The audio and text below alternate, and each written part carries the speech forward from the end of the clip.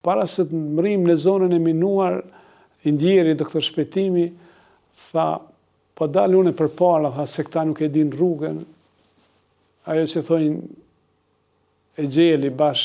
Unë isha me sy në veturën e parë, veç një moment si një balon ka eksplodu.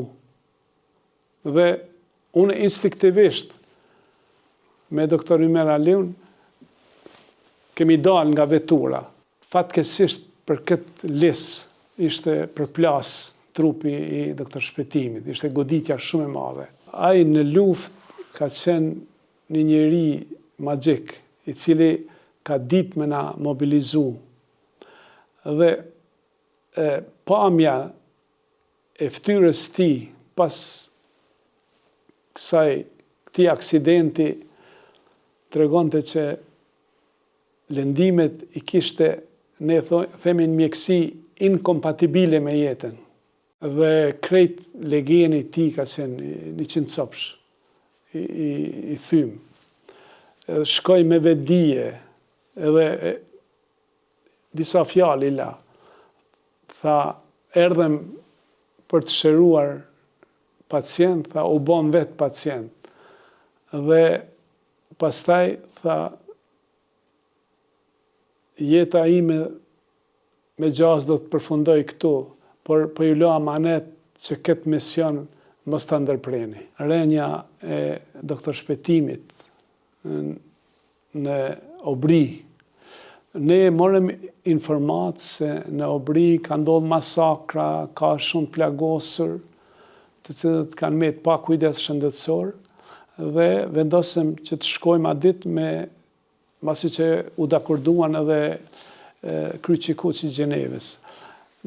Gjithmonë kur niseshim me kryqin e kuq të Gjenevës, e kem pas një meeting point, ta them, një pikë takuese, e kem pas një te Gallaksia, te Abdurrahim Idrizi, pronari, i cili gjithmonë ka bo maksimumin, shumë na ka mbështet në gjitha fazat. Dhe atë ditë unë nisem shumë herët, ishte ditë e kthjellët vjeshtë, pak e freskët, por ishte me diell. Dhe ne shkuam deri në Obri dhe në një moment ishim me 2 vetura.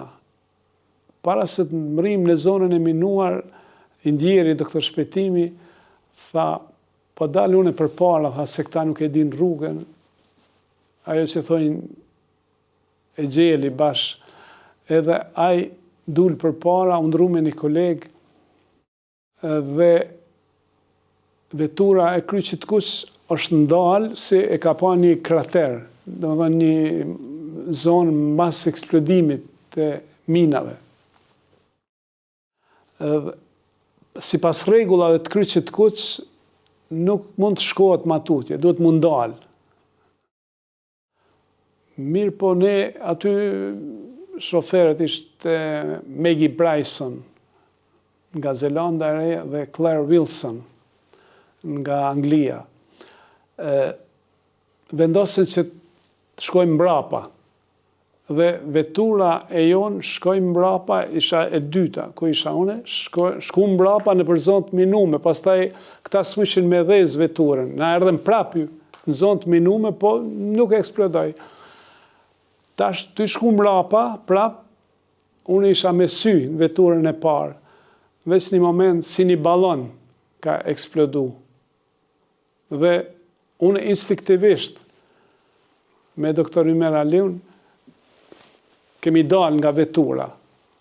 Edhe ajo punëtorja e kryqit kuq, Claire Wilson, tha mos del prej veturës, se janë rregullat e kryqit kuq, s'bën me dalë pa e informu bazën.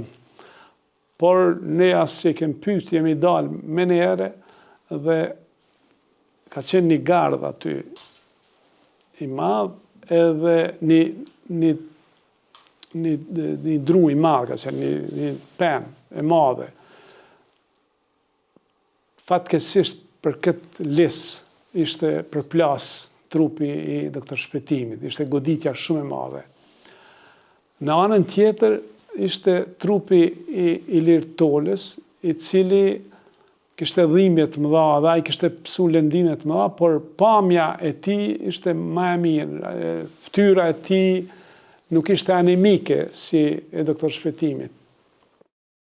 Unë e pash këpucën e doktor Shpetimit, i ka pas dhe këpucë amerikane, se unë e kisha edhe kojshim me banesë, takoheshim vazhdimisht, e këm pas edhe shok të gjeneratës, a i ka qenë shok i gjithve, gjithmonë